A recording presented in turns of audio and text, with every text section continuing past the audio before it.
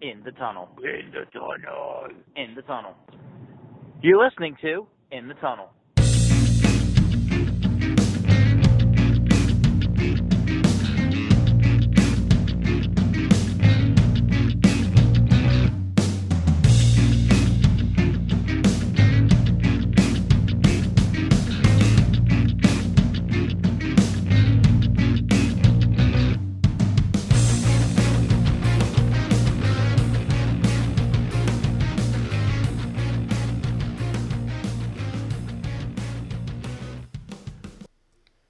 Hello, welcome back. This is In the Tunnel. I'm Jeremy, And I'm Sean. and we are back for episode number 2. This time we're talking hockey, the playoffs. We're gonna get back into some playoff talk now that action's finally gotten the gear, and we're gonna talk NBA playoffs because I guess that's still a thing that people want. So, in order to raise our demographics and hopefully our potential audiences, we are conforming. I don't think we thought of ourselves as the co-hosts to be doing it, but here we are before you to just fill some needs. So, right now we are, as we've said last year, or last week, not year, it's been a long year, uh, but we are remote, North Carolina and New Jersey, but we are both watching NHL hockey games in progress right now, the playoffs in full swing. We did not see the start of the playoffs happening quite like this, though. I mean, that's totally true in every case. Like, what's going on? I mean, we sat here predicting 6 and 7 game series for most of these matchups and thinking, like, even the teams that really didn't belong would have snagged a game or two.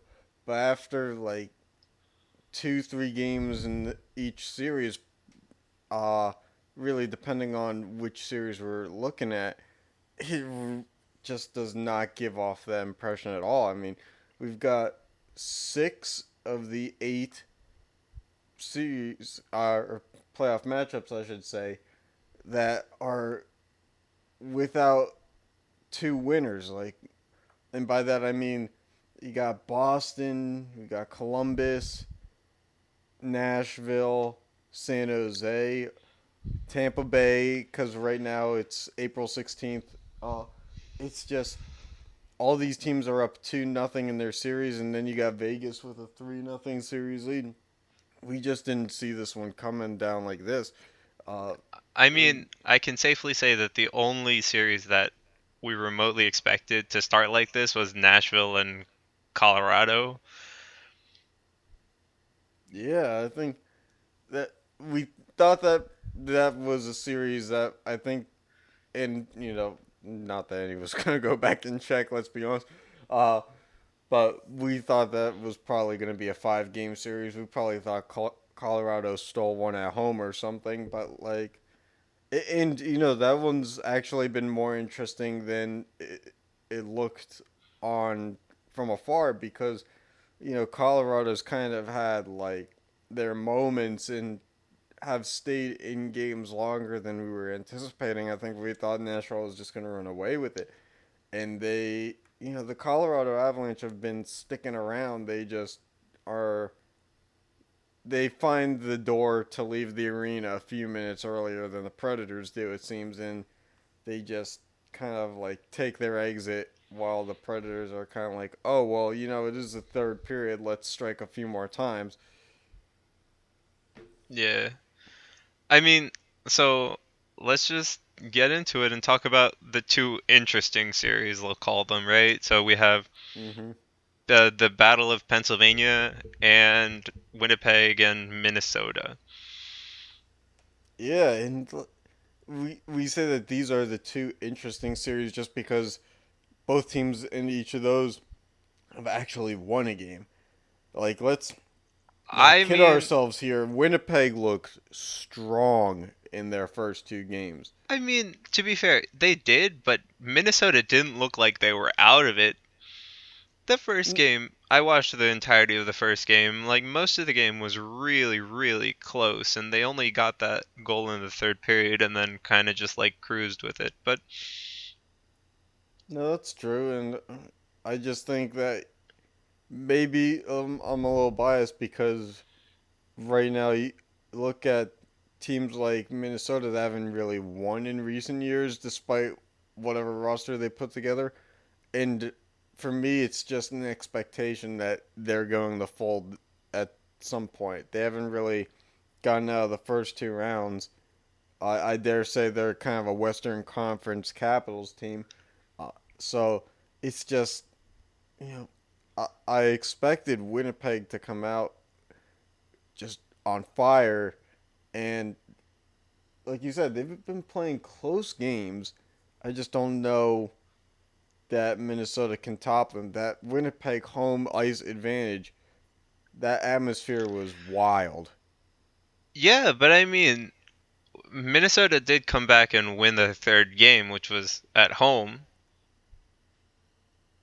So, I mean, the first game was really close. So, if they can take the momentum from winning that third game into the fourth and keep the series a home type of streak, right? The home team wins, then and they can challenge Winnipeg in their stadium. They've shown it.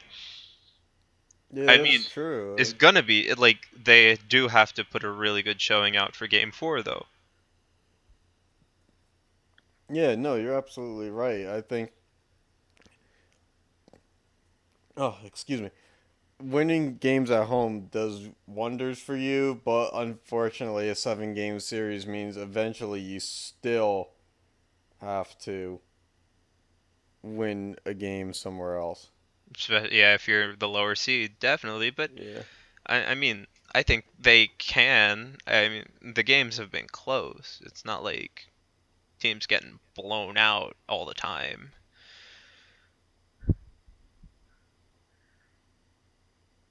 All right, so I mean, that's what we think of the Winnipeg and Minnesota series. So let's get to the Pittsburgh and Philadelphia series. I mean, I know Yeah, you have yeah. a lot to talk about that one. Yeah. I could go on a full on rant, but I think we've decided we're gonna put a time limit on how long we run this episode. But I'd like to say that it's an entertaining series, but the fact of the matter is the fact that you can breathe at the end by the third period in each of the first 3 games just goes to show it's been like swings of up and down where one team is wildly up and the other team is wildly down. And it's just crazy. See, what bothers me, and I don't know that Sean completely agrees, is that if you're a Penguins fan or if you're the Penguins, you've won 2 straight cups playing a skill and speed paced game. And the Flyers, they're not really that physical team that they were years ago, but still they have more physicality at their disposal than the Penguins do. Like the Penguins, that's clearly not their game. So in game 2, the Penguins lose 5-1, and I'm watching Malkin, I'm watching all these guys trying to body and play this physical game with the Flyers, and I'm thinking, this is not what has worked for you in years past. What are you doing? You're not playing to your forte, and I understand that there's adjustments that all the teams make, but like you got to know that you're not scoring goals by doing this. And if you can't stop the Flyers on defense, you got to be outscoring them. And you're not doing that by playing a physical game. I mean, I can agree with that. Like, I do think they were playing a little bit of a too physical of a game 2. But I mean, I just think that if they do fall back into this, like the first game blowout 7-0 or whatever it was, like Yeah. you chase the Mm-hmm. goalie Good times. and everything, right? And then Yeah. why do you go into the second game where the Flyers have the exact same personnel, and then you just play differently. Yeah, yeah, Like, that I mean, sure, there's going to be minute differences, but like, completely change your game like, what are you doing? yeah. I mean, maybe you chip and chase a little differently, but you don't go from like what worked to like a complete 180 the other way. I just didn't understand it. And then like you're surprised that you only got one goal out of the game. Yeah, but I then wouldn't. I wasn't surprised, and I was watching. yeah, but then like you go to game 3 and then it's a 5-1 on the other way. So Pittsburgh wins this one 5-1. Like, how are you just you're playing so well game 1. You played abysmal game 2. Mhm. Mhm. And then game 3 was like, what's going on? Like, if they didn't have those opportunities, like, Well, I'll say this: the first three games of the series, it seems like whoever makes a huge save, one of the goaltenders makes a huge save early on in the game. It seems like that's the big momentum swing is they didn't open the door and let that one in. And Brian Elliott did that in game two. Murray did it in game one and in game three. Because in game three, the Flyers came out and had that momentum. They had that energy, and the Penguins were not getting chances. Then Murray made an unbelievable save, and then after that, the pressure from the Flyers kind of started to diminish. The defense steps up, and yeah. then over time, as the game goes on, and the Penguins are now up like 2-0 in the second, or they're up 3-0. They're able to start playing their game more and more, and as they're playing their game in their style more and more, they're generating more goals, and we end up with a score like 5-1. Yeah, okay. I mean, I agree. But I mean, it's just like, even then, like, if you're letting in an early goal or not making that like crucial save at the beginning, like your defense needs to be there for you too. Like, you shouldn't really have to face like immediate tough shots and all that jazz. Oh yeah, I think that the defense has played subpar for the first three games. I think they finally started to warm up and play better in the second half of the third game, but the first 10 minutes, first 20 minutes, I should say, just were not great. I find myself watching the game standing in front of a TV going, get the puck out of the zone more than anything else. I'm not asking for shots. I'm just asking and praying that it gets out of the zone defensively, which, as you know, I'd rather be rooting for other aspects of the game, but this is where we're I, at. I mean, like, the game is back and forth, but you don't want to be constantly in your zone for like 10 minutes. I agree. Yeah, it's very hard in a momentum based sport like hockey to win games when your back is to your own goal. Definitely, definitely. Yeah. So, I mean, that's really as much as we can talk about on that series. So, And of course, we now throw to you because we want to hear about the Tampa Bay and New Jersey Devils series from your aspect of it. all right. I mean, like, so, I mean, as we're recording this, the third game is going on. And so, I mean, I do agree with you that, like, the early goals or early huge saves do define the series. And I mean, it showed pretty clearly, like, Tampa Bay has actually scored first in every single game so far. And it's just showing, like, the first two games, our defense, like, defensively, as an entire team, we've been lacking, to put it lightly. And even then, like, there might have been a goal that Kincaid shouldn't have let in before he got pulled. Well, that second game, he got pulled pretty damn early for letting in those. And then you just can't recover. Like, especially in the playoffs, like, that first goal means a lot. Yeah, I mean, It's so hard we've to heard it recover year from in it. and year out that the first goal wins you like 70% games or I don't remember what the specific number is, but those first goals are huge because you never know when it's just going to be a 1-0 game in the playoffs. Yeah, as much as it doesn't like end up being like that most of the time, like that first goal really carries the momentum because if you can string that momentum along and get like 3 or 4 goals, then it's like impossible to come back. Like you seen the Devils try to do and fail twice. And Yeah, I mean, that's all like for the first 2 games I have to say. For the third game, like we've played as of now, we've played our best first period of the series yeah, and we're looking at a 1-1 tie game right at now the end of the second. because yeah, for just for radio purposes, I think. Yeah, so like they've played pretty well, but then again, like Tampa Bay scored the first goal. I mean, we did come back and we applied the pressure and we had it in their zone constantly for a while, and it wasn't like that normal Devils stay in their zone until they can get a breakaway kind of thing this time. So I mean, that's nice, but like, and thankfully we responded in the second period and tied it up, unlike the others. So Yeah, is this the first instance where you guys are playing with a tie game, or did you guys have a lead in any of the games, or we did were you not have a play? lead in any of the games. So truly, this is the best performance for the Devils in the playoffs so far. Yeah, like the only other Just to be time we had a even. tie game was after the first period of the second game. So 2 days ago. Wow. And then, I mean, Tampa just ran away with it in the second, scoring 4 goals, and we answered with one. Yeah, this that's what scares me about Tampa Bay and about Boston is they just have this like once they get rolling, they can really pour it on.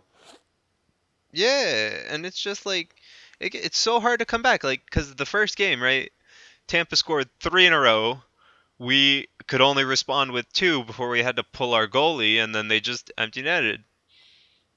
Yeah, And and then this game, the second game, it's just, I mean, we responded with 1, but then we gave up 4. Like, you can't come back from that in the playoffs.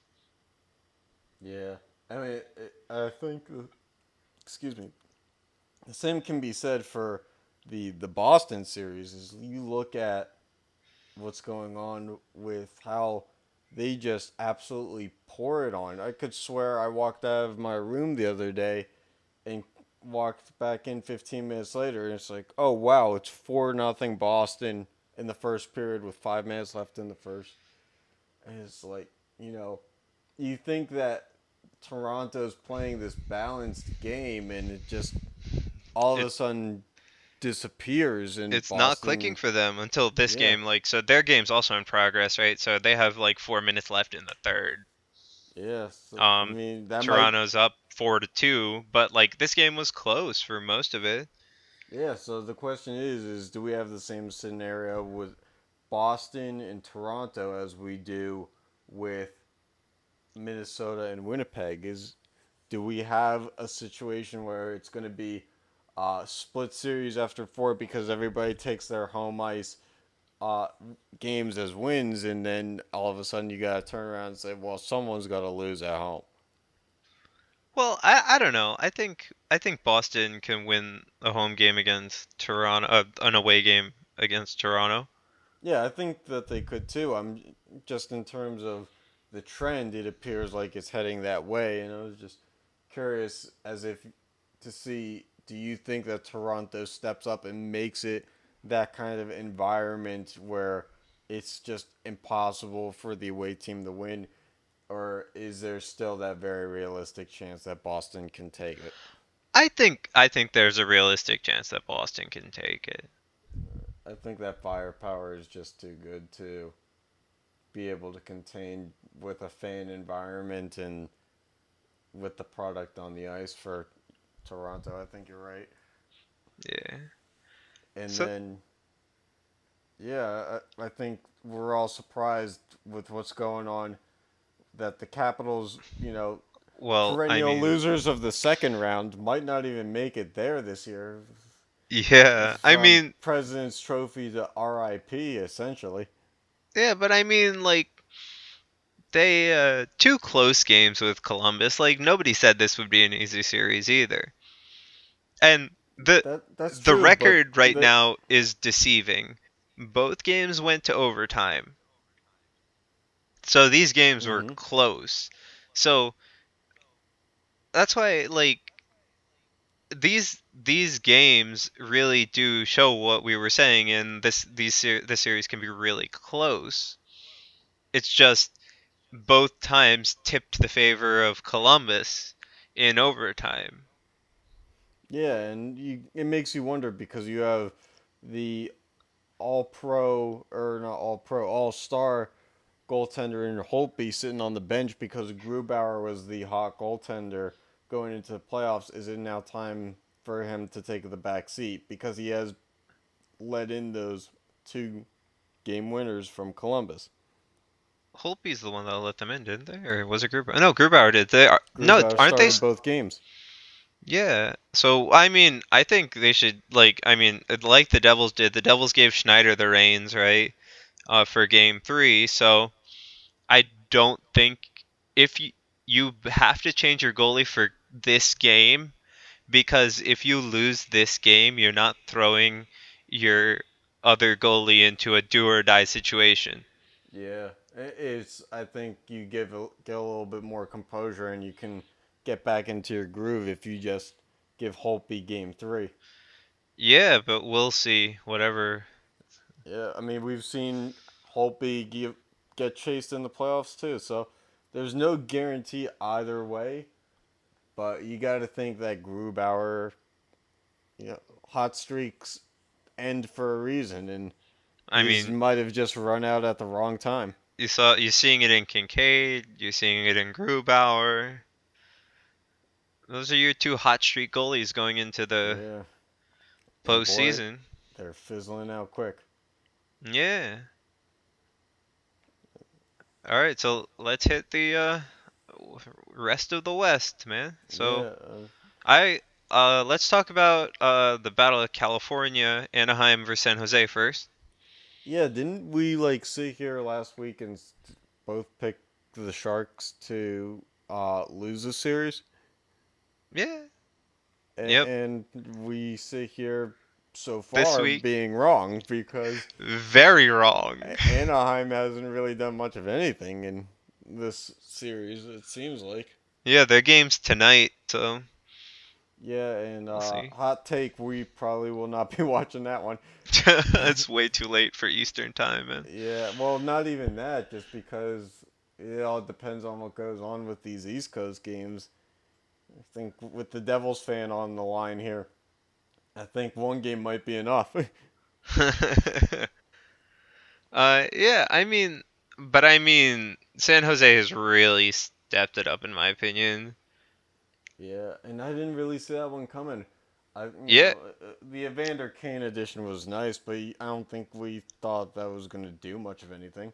I mean, I do think it adds scoring. I just didn't think he would like, have that first game he did to really that's and then they carried the momentum of the first game into the second and never let it go. Yeah, and I think the funny thing about this is we're talking about the away team here. First Yeah, two games, we're not talking about they did this at home. yeah. I mean, to be fair, like they're both in California. They are, but I and you're gonna get like an environment like you will have it at Pittsburgh and Philly series where you'll have both teams fans there. true. I think that still, I just didn't see this one coming like that. Oh no, I definitely didn't see the San Jose leading 2-0 like and it's been pretty convincing. It's not like they've been close games like the Columbus and Washington series. They've been like they were clearly the better team Yeah, so on the ice we go all back 60. we go back to the John Gibson factor. Does he just perennially choke, or not perennially, annually choke in the playoffs? Well, I mean, I There don't seems to know. be evidence to prove it so far. I mean, he's a young goaltender still, but Yeah. this is just not good. Yeah. And you I gotta mean, wonder if you're Anaheim, is this guy really the guy of the future? Because if you're not going to win cups with this guy, you probably want to know now. yeah, but I mean, you could also say they could make some additions here or there, but because I mean, I feel like Anaheim's a very physical team, but they don't have many playmakers, right? Because Hmm. you look at San Jose, they were physical. They added Evander Kane, and he's a playmaker. You look at Right. literally almost every other team, right? Tampa Bay has Kucherov and Stamkos. The Devils have Hall. You have Marchand Right. and you And have Bergeron. Marchand and Bergeron in Boston. You You have got Matthews, Line. Marner, Nylander in Toronto. You got Line in Right. Winnipeg. You still And got playmakers on the Wild, like Parise, even though he's getting older, he's still technically a playmaker. hmm and with Taylor Hall, I think you probably already said. I mean, I Um, definitely said Taylor Hall. yeah. Sorry, I thought Parise and just took a flashback. Yeah, and then like again, like we can keep going down this, and most teams have playmakers because like Washington obviously has Ovechkin, and some of the supporting cast still left. Yeah. Yeah. Which is even more like, how are they full? Like down in a series to a team that's never won a playoff series. Yeah, but then like you go to Pittsburgh and you have Crosby and Malkin. They're both playmakers, but they Hmm. have Malkin has a little bit of a physical game to him. Yeah, Malkin's got that "don't poke the bear because he'll get angry" kind of thing going on. Yeah, The and then angry like Malkin is not one that you really want to play defense against. yeah, so I mean like every team has playmakers, and the Ducks really don't. I mean, they had that one breakout season from Raquel last year, right? And Hmm. sure, he's good, but I don't think he's a playmaker. Yeah, you kind of figure out if a guy's a role player or not after that first year. I think we Yeah. talked about it last week. Breakouts players, they break out for a reason. Is you weren't really always paying attention to them, and sure you adjust over the course of the season, but like when you finally focus up as you should on some players, they Yeah. just fall right back down to an average level. Yeah. So I mean, that's how the series is going, and I don't think there's much else to say about that. Oh, tie game on New Jersey. We have an update on that. So, Yeah, I mean, so it's 2-2 now. The Lightning scored on a power play, I'm pretty sure, and the and the Devils Devils just came responded. right back with the same thing. Yeah, That was so a power play, right? yep, yep. So I mean, we'll see. This game's pretty close. Like this is a good for a Devils fan. Like at least we're still fighting, and it's not like we're 2 or 3 goals down in the third.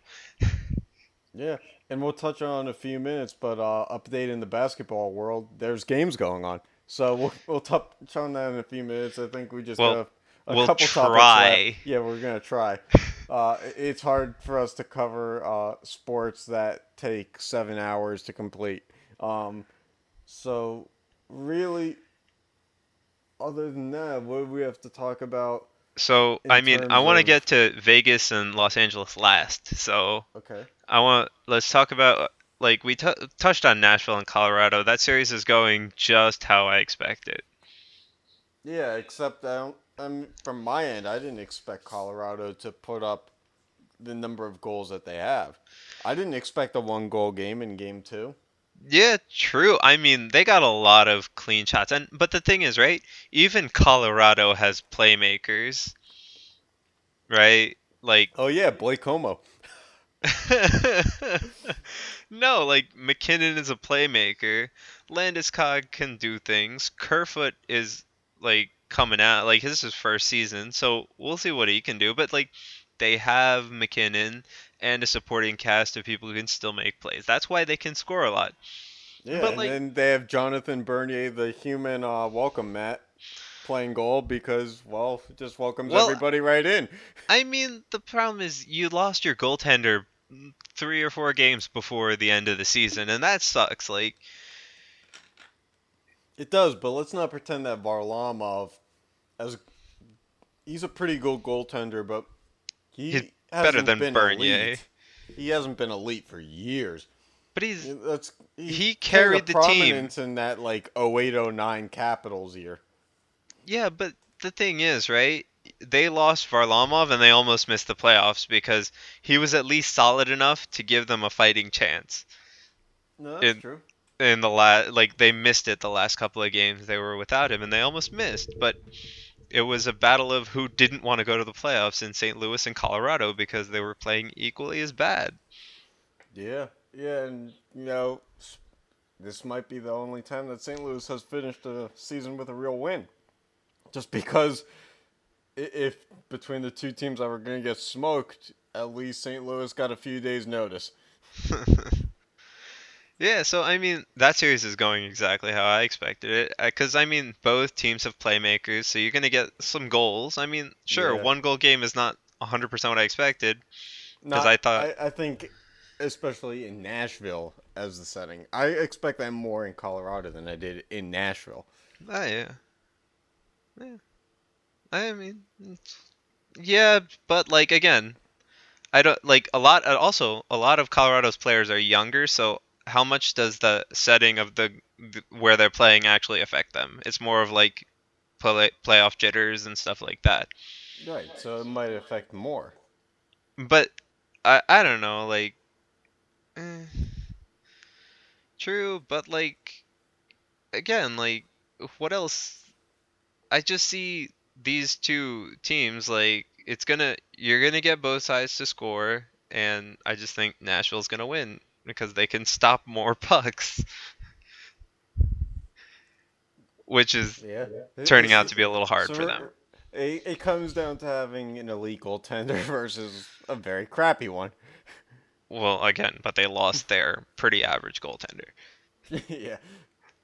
Yeah. So, So I mean, because I this think has if been Varlamov's in the series, it's a lot closer. yeah. So essentially, this has been differences in good and bad teams.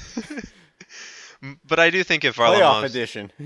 but I do think if Varlamov's in the series, like you would expect those one goal games because I think Yeah. he can keep that team in there. Yeah, and maybe another game or two in terms of how far the series will go. Yeah. All right. So let's touch on Vegas and Los Angeles, the currently the only 3-0 Yeah, so we of now the have playoffs. the first ever time that an expansion team and a team in the first year of their existence has won their first three playoff games. And really, it's just They're playing like, so much better. That's it. yeah, I mean, Like, like we say, you can say save the best for last, but I think really, Vegas has they're just playing best regardless. yeah, like I mean, the games are close in some ways. Like last Yeah, game was one goal. All games are all the one goal goal, yeah, games. but But from a defensive aspect, it's oh like yeah, everything that the Penguins Flyers series isn't. oh yeah, and like it just feels like Vegas is playing the long haul game, and LA is kind of faltering when they all get tired, but Vegas is finding that second cylinder. Yeah, Cause like, you can only say that you didn't see Vegas being this good for so long because and hey, I have look, them yeah, going to the Stanley Cup final. Sean had him in the finals. So right then and there, qualified co-host. We have a qualified co-host. Yeah, so I mean, I just think people like you have to understand that they deserve to be a favorite. Not only because of how they played, not because they're new. They shouldn't be looked down upon because they're new or anything like that.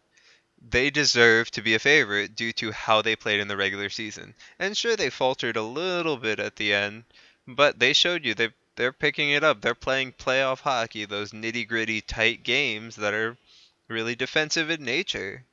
Yeah, and West Coast Flurry out in Vegas just doesn't seem to have any of the jitters that he ever had in Pittsburgh. Not that he had those jitters last year in his last year with Pittsburgh, but like there's just something about his swagger right now where he just cannot be phased. I Yeah, don't I know. mean, It's impressive to watch, and I root for Fleury obviously as And a Penguins fan, but you also have to understand is they had a pretty good expansion, like the best expansion draft for any team in history, right? So yeah, it's not like any of their players were bad. yeah, no, I think that Sean and I we were looking at the list from the expansion draft before, and we were kind of like shocked, like yeah, they really were handed a lot of talent here, and then they were able to get rid of some of these guys to get some For picks because they really didn't need them. So like guys like Trevor Van Riemsdyk end up in Carolina. Mark Mathot didn't really end up playing for the Knights, did he? Dallas. Yeah, so like look at how well they've done like with let's say 70% of the guys that they picked up from the expansion draft. Yeah. I mean, so that's my little rant of you can't really you have to judge the Golden Knights based on their performance, not their expectations going to the season at this point. So I think they're a favorite. Yeah, it's kind of hard like I would love to debate against it, but I don't think the LA Kings are going to let me here. The LA Kings are just kind of like we're in the playoffs. It's just I mean, the LA Kings are playing pretty well. It's just they're falling a little bit flat at the end of every game, whether it's in second overtime after 95 minutes of play or at literally the end of the game. yeah, it's a shame because it's like every time they want to show up and then it just flatlines like you said. Yeah, But so regardless, and just to move on really quick, what one of the things I wanted to do is we're going to transition into a segment called "Reasons Why Hockey Playoffs Are Great." And you know, as lopsided as these series may seem to be, hockey it's just the playoffs are a beautiful time of year, and you know, did a little research.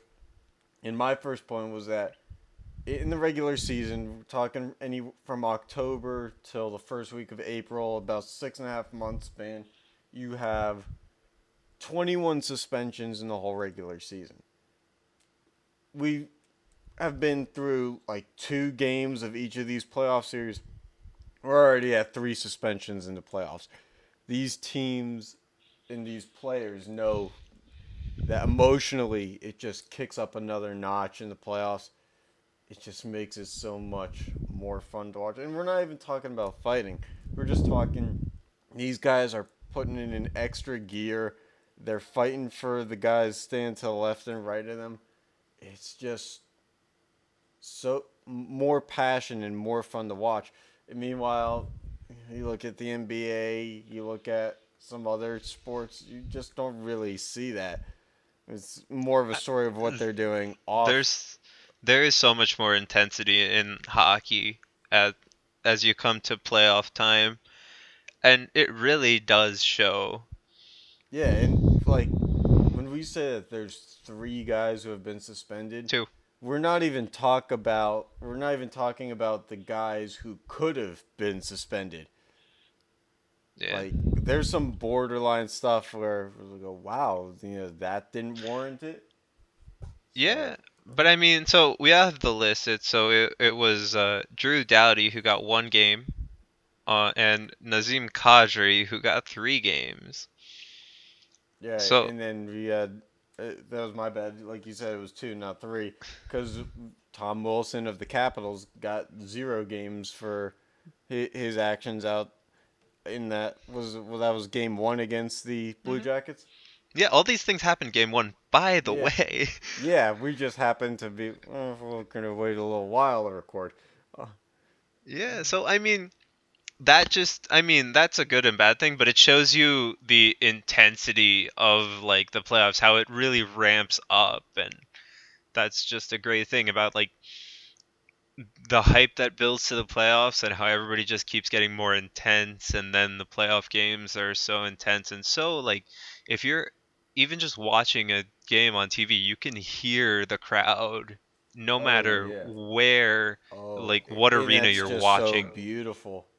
Like you feel like you're as if it was the Super Bowl but it was all one crowd. Like it feels like there's 70,000 people in a 15,000 seat arena. That's just how loud the fans get for the playoffs, and it makes the environment. It gives you just goosebumps, even if you're not in the arena. It just gives you chills, and it's just like, Yeah, and so that's, I mean, I agree that the intensity and emotions are a great part of this game, and right. I think it's unmatched in terms of other sports and what they bring to the table. I mean, we can talk about basketball later. Yeah, Uh, we'll do some. We'll talk a little bit about like the differences, I guess, because we're both pretty big hockey guys. yeah, and rightfully so. I think we both grew up in New Jersey being Nets fans to some degree. It's as far as I know, I think they're probably going to make it to the finals this year. I'm not really sure in what. Hey, I mean, Finals and losing their first overall draft pick again. you know, consistency reigns supreme. So well, if it works, keep rolling with it. But you know, it's just so easy to outgrow basketball now, and it's a fun sport to play. But it's kind of like it's I not mean, a I can't watch it. game. Yeah, we're more momentum sport guys now. Yeah, like it's just coming from hockey, right? The sports does not stop. It keeps going until something goes wrong. I literally sat through 10 minutes of continuous hockey. In basketball, it goes like 30 seconds and then it just stops. And then the Yeah, ball's thrown back in the court and it keeps going. yeah, we got 24-second shot clocks in basketball. We barely get through them anymore. It's It, wild. I mean, I remember 2 years ago I fell asleep during a finals game. How does that happen? I I Like don't how? even watch, like, I literally tried to watch a finals game, but like the last 2 minutes of the half took 20 and I was done. Yeah. How am I supposed to get into a game that can't even get into itself? It's just. And this is why And we're talking update, update, hockey in our first update, episode and not update, NBA. update. Devils have scored, so they're actually leading for the first time all series. 7 minutes left in the third. So I mean, You I got think we 7 minutes got through. left in the third. I got 10 and a half on my screen. What the hell are you watching? I have no idea, but I don't think it's right. Is 7 minutes left in the third. Spoiler alert, time goes slower in the south. So, right then and there. Yeah, but I think Breaking science down on the show. so the last, actually, I do want to touch on one more hockey topic before we Oh, move on yeah, to absolutely. Absolutely. basketball. Kind of prematurely got into basketball, as most people do. Yeah, so I actually I do we mentioned that there were two suspensions, and I think there was two other cases that could have been a suspension depending.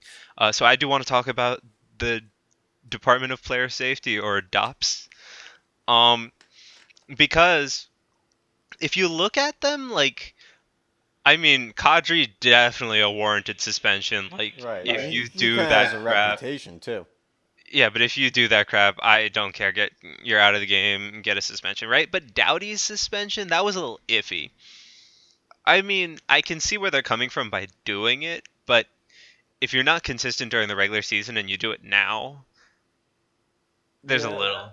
I mean, I could see why it would be suspendable. The hit was close to the head. It wasn't right at the head. No, it was at the But, shoulder. He actually right. made contact with the shoulder. So I agree with the call on the ice. I don't necessarily agree with the suspension. Right. I think it's kind of a hype factor thing. But It's unfortunate because, like, you're you're. suspending after the fact. It should not be a hype factor. No, I mean, like, after the game, you're like, ooh, was that a dirty hit? And uh, if enough people, as casual fans, think that it But is, or if they they don't think that care. they're not going to get a break for their team, then it's like, okay, now we're lowering the bar to what's allowed. But I mean, I think that what happened on real time when the referee had to call whatever, that was fine. maybe fine him, sure, because that was Hmm. close. But Right. that's not a suspension worthy hit, especially when you can go back and look at it as somebody reviewing it, No, in my you're right. opinion. You're right. So I just wanted to bring that up because like it's been a huge topic all season. Like, what's the wheel of what's what's the Department of Player Safety gonna spin and land on for this Yeah, the player? Like, wheel of discipline is yeah, which, which is its own game, but we're not going to touch on that. yeah, yeah. So I mean, I just wanted to touch on that really quick because I thought it was like interesting, like No, it seems how it's like that every year. Is you get like was it last year? Me being the biased Penguins fan I am, you had the Niskanen hit on Crosby that concussed him and looked pretty close to being in the head area, and yeah, that got no suspension. So it's kind of like, yeah. I you mean, know, I agree with where you, is the bar in the playoffs? And but it I always don't seems to think change. I don't think you should raise or lower the bar in the playoffs. I Right, think exactly. It you should need to stay set a still. bar the first couple of weeks in the regular season and hold it. Yeah, And that's which my problem. That's the only reason I wanted to bring it up. Like, it's kind of like you gave him this one game suspension for something that was in real time. Okay, it looked kind of bad, but once anybody can look at it again, nobody thought that was terrible. no, yeah, I think you're right, but I think I wouldn't say that you establish it in the regular season and carry it on throughout and through the playoffs because, like we've said just in this show, the playoffs are a different animal. It's a different emotional intensity. So I think if you want to have a bar that you keep it at, you establish it in the playoffs in those first games, and you keep it there. Which But is it's hard because you don't have uh, an idea of what's going to happen in the playoffs, and every series is different. Not game one in the West is going to be game one in the series in the East, but it's like if you went by regular season rules, half the teams would be in the penalty box. yeah, but I mean, that's also a precedent. Like, the NHL does it every year in which they loosen up towards the end of the season. If they didn't loosen up during the end of the season, people would get it by the end of the season.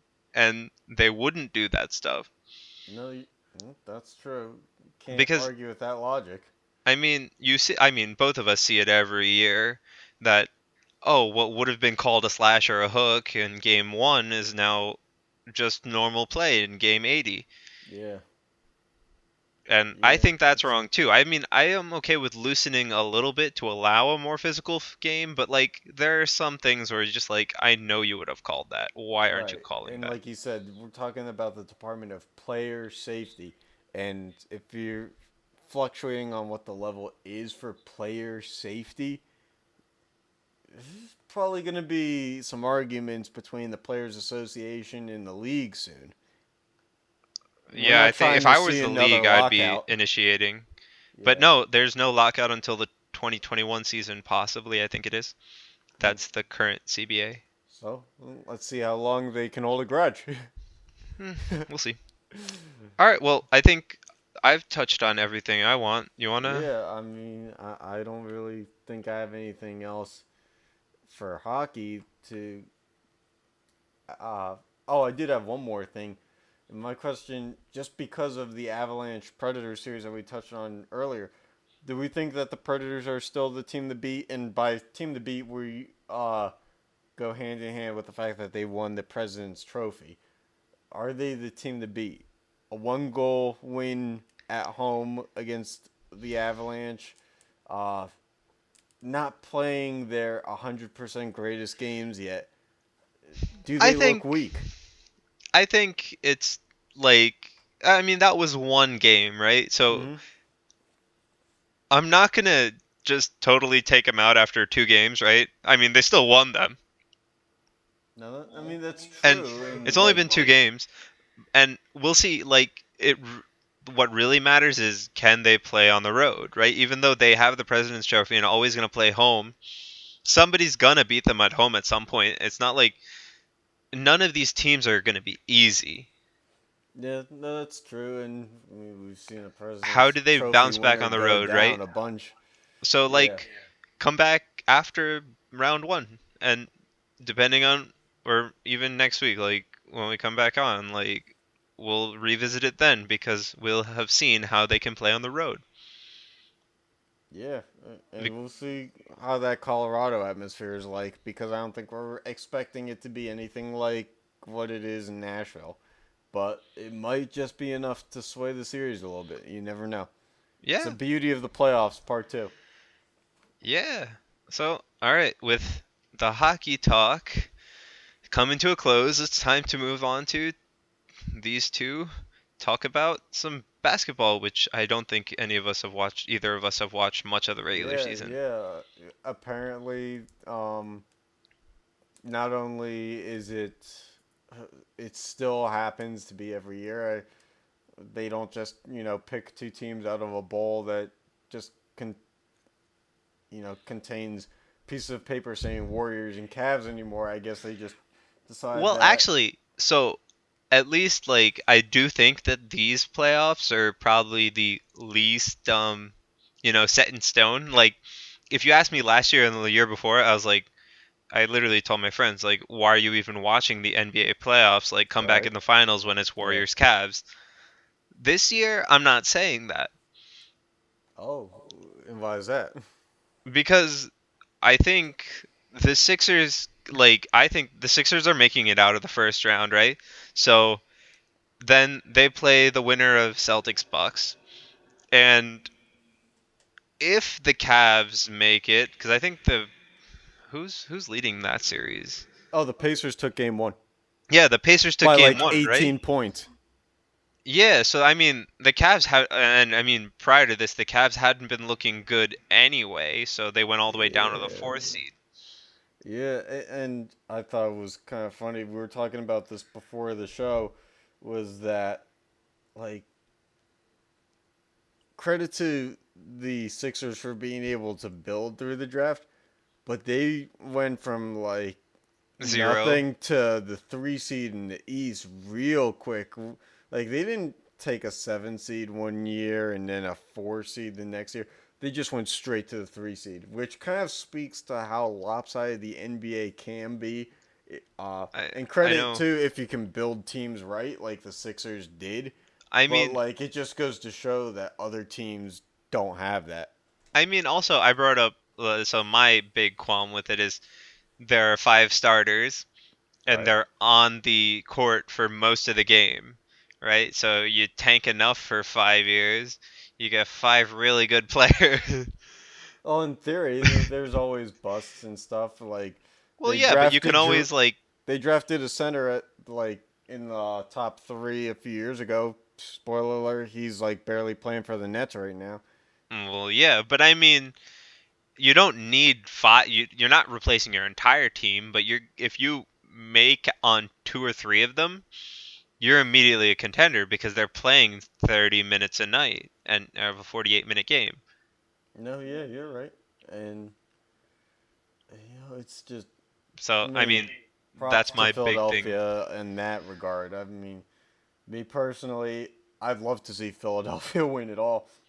I don't think Eh, it's gonna happen, but they're like it's I hard to hope root not. against a team that built like that and I did it mean, what I can seems root to be the against right way. Philly not win. I can root for Philly not winning something else this year. I mean that's true, and like if we're being realistic, I don't think it's gonna happen. I mean, No, but the I do Cavs are a think 4 seed, but I no, but what's the trend been? I mean they haven't shown up yet, and the way they've been playing down the stretch has not been good. So I really do think that the East is a little bit, oh, actually quite a bit more open than it used to be. Where I was just Yeah, like, why am I watching the playoffs? I tune in for NBA Finals because I knew it was Warriors Cavs. And it's not like that this year. Like, if you're a basketball fan, like, you can actually be interested in basically all of the series. yeah. I mean, if you look at the West, just on paper in the West, the Wolves, Jimmy Butler, one of their star players, got hurt. And sure, they replaced most of the roster with guys from the 2013 Bulls roster.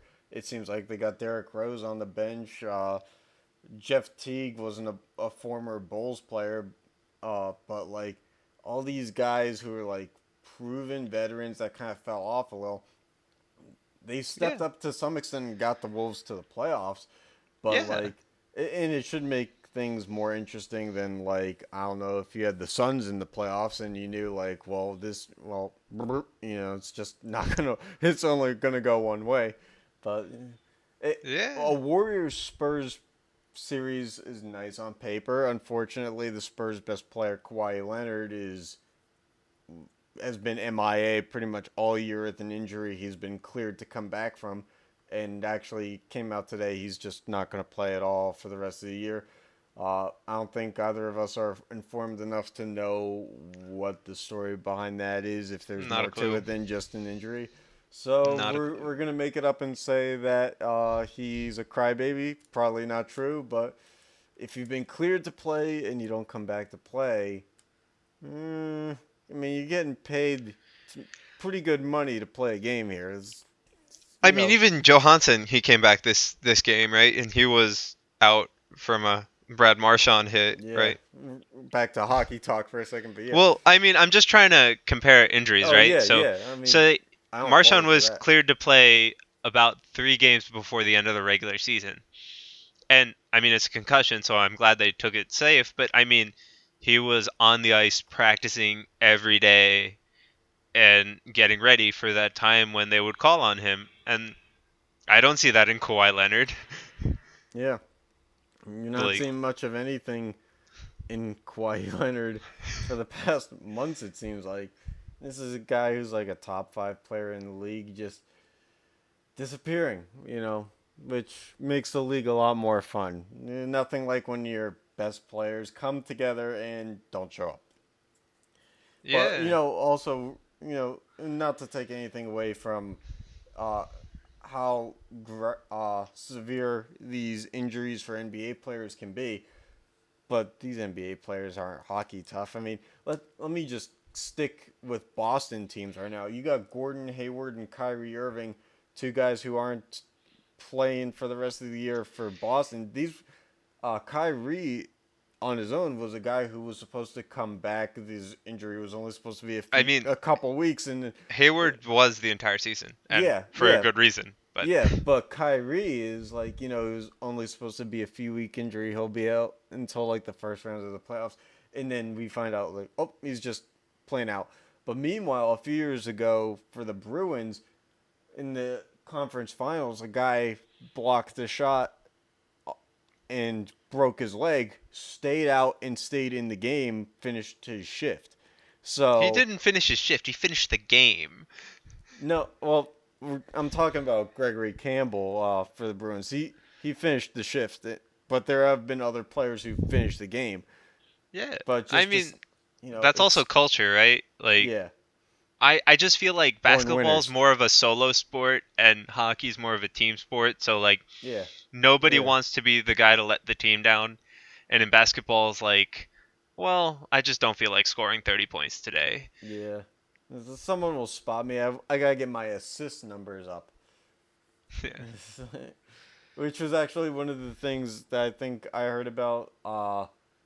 LeBron was ripping on teammates after the game 1 loss. Like, he was doing a great job of passing the ball, he said, but like nobody else was scoring. So, right, it's one game in the playoffs. LeBron's throwing his team under the bus. So, great for team chemistry.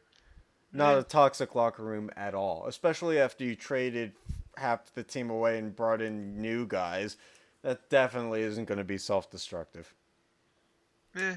So, like, I mean, we've literally just expended all of my knowledge of basketball right there. I mean, yeah, that and Carmelo Anthony, he's on the Thunder.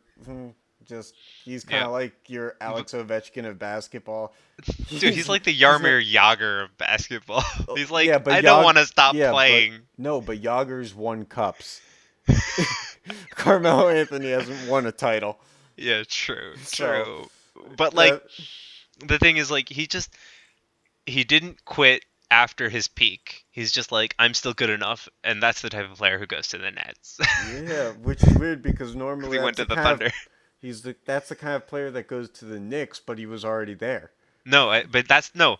a type of player like him who wants to get paid and play but sucks goes to the Nets, Yeah, yeah. Good times, good which is times. probably where he should be because I mean the Nets suck, even though I'm a Nets fan, right? So Yeah, I mean, if there ever was such a thing.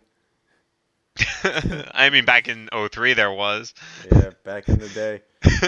Back in the day when the logo didn't look like a piece of crap and the arena was called Continental Airlines Arena after an Yeah. airline company that doesn't exist anymore. Well, it got bought out or merged. Yeah, U.S. Airways now, but Nope. back in the day. United. It's And this United. has been talking airlines.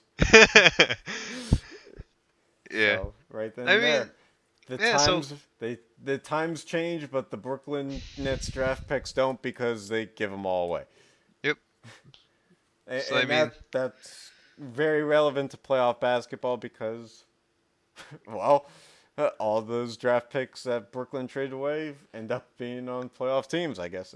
yeah. I mean, like you trade away for Paul Pierce and you give up the first overall pick, right? That was dumb. Yeah, but I don't know.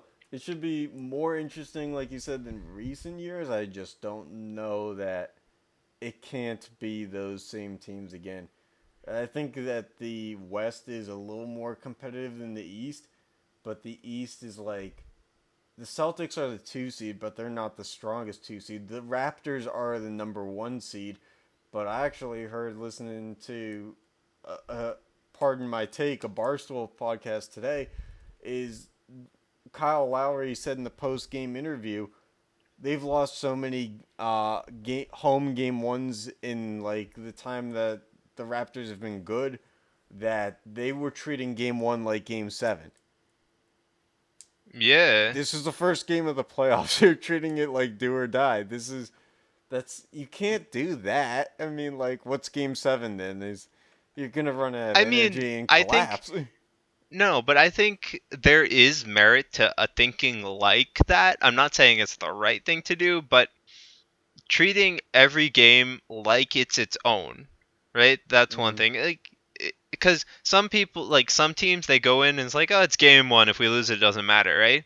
right. But it does matter, right? So treating it as game seven might not be the best because it puts a lot of pressure on everybody.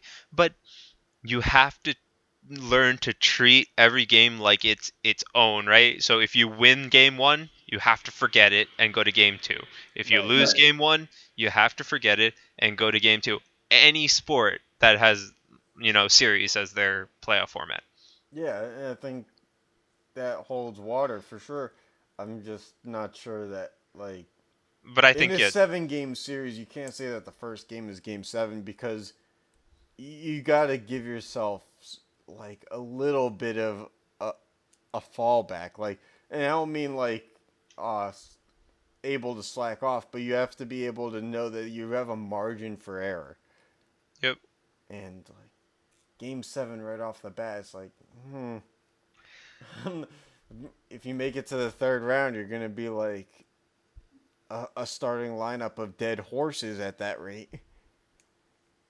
Yeah. You're gonna be putting way too much into yourself, and like kudos to them. That's a lot of work ethic, and it may be unmatched to any other team in the league. It's just it's a tough look. I'm all for the work ethic. It's just a tough look. But I hmm think let's talk teams that are not going to the finals. Well, I mean, I'm telling you, I have no Yeah, idea. I'm Like, and this is the fun of it is completely unqualified to be giving these takes, but oh man, I think that the Jazz, you had a nice run. You lost Gordon Hayward and you still came back to the playoffs. So kudos to you, but you're not doing anything. okay. So well, I mean, I think it's easier to say the teams that we think have a shot at the finals, right? So, True, I very mean, true. because you have to say the Warriors, and I think the Rockets and Thunder have a chance. I think the Rockets. It's just I say they have a chance. I didn't say how yeah, much of a chance. yeah. I think they have a chance for sure. I just it's But it's a like, team full of guys who haven't gotten past like the conference final in their Yeah, career, so it's very hard to say what the odds are there. but like those are my three teams for the West, like right there. I All have right. barely any backing for any of it because I barely watch basketball. No, no. I mean, hey, we're here to give our insight, regardless of if it's real or not. So we So might as then well do it. on the East, I have like no idea. As much as I think the Sixers can make a good run, I don't know if they're finals material. Right. I think they do have the easier part of the bracket. If they Oh, can take down definitely. Miami, that the I think Bucks are only as good as Antetokounmpo can take them, and the Celtics are banged up.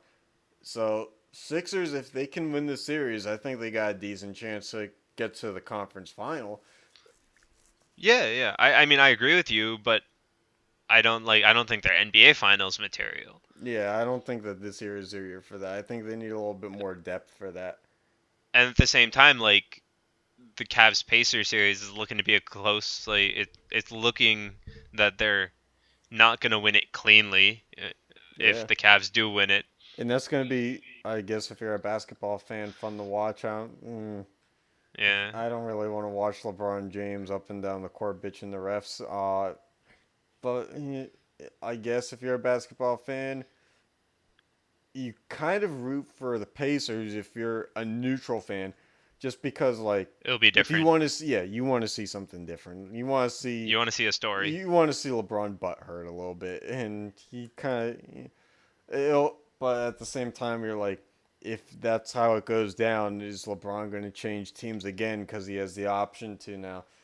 And it's like, here we go again. ESPN's going to pump that adrenaline and hype that up until there's no like drops left in that bottle. So it's gonna be just a storyline either way. And if LeBron can't throw his teammates under the bus enough, they'll probably make it to the conference final. Just because we've kind of seen how the Raptors don't last, but Yeah, I mean that's the prove only us other wrong. team I would say, right? The Yeah, Raptors. So like we think the Sixers will make it to the conference final and then it'll be the Raptors or Cavs. Cuz yeah, I think the Raptors can beat the Pacers if they make it, right? yeah. So three teams in the conference final on the East, two on the West.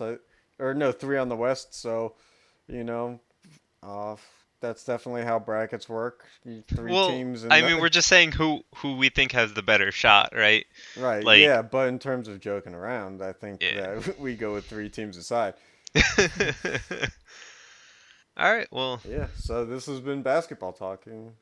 I think yeah. we gave it all we could, and frankly, I'm exhausted from it. So, with that being said, anything else you wanted to touch on, Sean? Uh I mean nothing basketball related. No, just J- sports related in general. So the Devils won their game, so it's now 2-1, Woo! Let's and go. the Maple Leafs won their game, so it's 2-1 there also. So we won't. Well, it's looking like aside from Vegas and maybe Nashville, there won't be 4-0s. Yeah, so we're starting to figure out that we are changing of the trends podcast. Last week we were figuring out the regular or the playoff seating for hockey as we were uh, hosting the show with I think the The Florida Panthers and Boston game that went on. The Avalanche got into the playoffs at the last minute, and now we went from at the start of the show 2-0 and 3-0 series leads. All of a sudden, you got two less of them. We had went from 6 of 8 to 4 of 8 with a commanding lead in the series. So, is it fair to say that we control the future? absolutely not. Oh well, until proven otherwise, I think it's justifiable to say that we do. Okay, go ahead and say that. All right. Well, All uh, right. Well, I guess this has been in the tunnel with Sean and and Jeremy, yeah, and we hope you listen for next yeah. episode. We tried to put a nice time limit on this one. Said an hour and 20 minutes. We weren't gonna go 2 hours again, but we're gonna cut it even shorter than that. We hope for more listeners this time. So that Right. we'll be back next week either way. So tough luck if you don't like it. Thanks for And listening. thanks for listening. Hope that you like, share, review on iTunes, and give us those 5 stars if you can. Spread the news, spread the word. We just want to keep going and deliver a great product, so help us out here. And that being said, we'll see you next week.